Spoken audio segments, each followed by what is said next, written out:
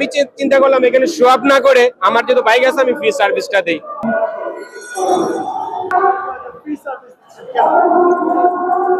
ঘটনা হয়েছে গত পরশু যখন বিমান দুর্ঘটনা ঘটলো, তো আমি দেখলাম এখানে আপনার বাংলাদেশের যে বিভিন্ন মানে পেশাজীবীর মানুষ ওইখানে মোবাইলে ছবি তোলার জন্য গিয়েছে, তাদের ভিউ বাড়ানোর জন্য গিয়েছে, ছবি তুলে পোস্ট করার জন্য গিয়েছে, সবাই আবেগী স্ট্যাটাস দিচ্ছে, কিন্তু কেউ কখনো মানে এই তাদেরকে সাহায্য করবে বা সহায়তা করবে এমন মন মানসিকতা নিয়ে কেউ যায় নাই।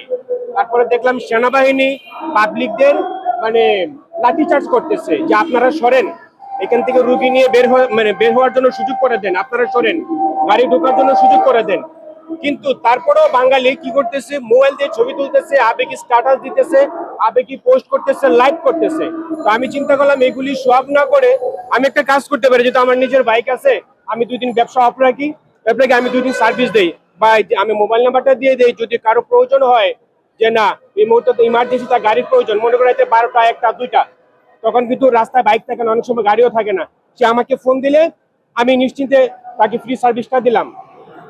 এটা হচ্ছে আমার মহৎ উদ্দেশ্য, আর সেটা বাইরে আর কোনো কিছু না। তারপরে আমি দেখলাম বিভিন্ন রাজনৈতিক দলের বড় বড় নেতারা যখন এই সোয়াপ করার জন্য বার্ন ইউনিটে যাচ্ছে শত শত কর্মী নিয়ে, তারা তুপের মুখেও পড়েছে, যে কোনো দলের রাজনৈতিক নেতাই হোক, তুপের মুখে পড়ার কারণে দেখা যাচ্ছে যে বাইরে থেকে যে রোগীগুলা যাচ্ছে তারা ভিতরে প্রবেশ করতে পারতেছে না, এই রোগীগুলার অসুবিধা হচ্ছে।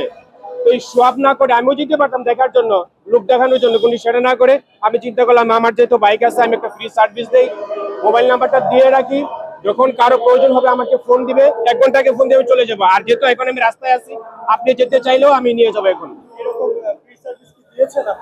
আমি গতকালকে থেকে মানে ঘুরতেছি কিন্তু পাই না।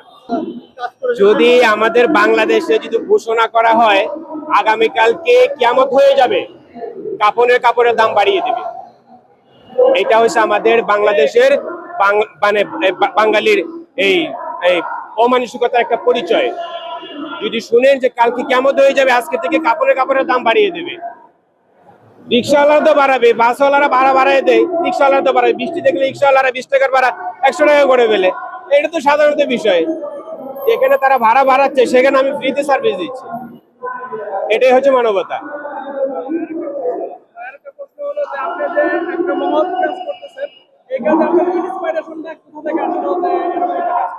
আমি প্রথমেই বলেছি, যখন আমাদের পাবলিক জেনারেশন, ইয়াং জেনারেশন বা যাদের হাতে মোবাইল আছে সবাই নিজেকে সাংবাদিক ভাবে, যেমন আপনার একটা পরিচয় আছে, ওনার একটা পরিচয় আছে, কিন্তু পরিচয়বিহীন হাজার হাজার সাংবাদিক ওইখানে ভিড় জমাচ্ছে, যেখানে অ্যাম্বুলেন্স বের হতে পারতেছে না, রুগী অ্যাম্বুলেন্সে তুলতে পারতেছে না, সবাই শো আপ করতেছে। তো আমি চিন্তা করলাম এখানে শো আপ না করে আমার যেহেতু বাইক আছে আমি ফ্রি সার্ভিসটা দিই, এতে মানুষের যদি উপকারে আসতে পারি কখনো, এটা আল্লাহ তাআলা দেখবে।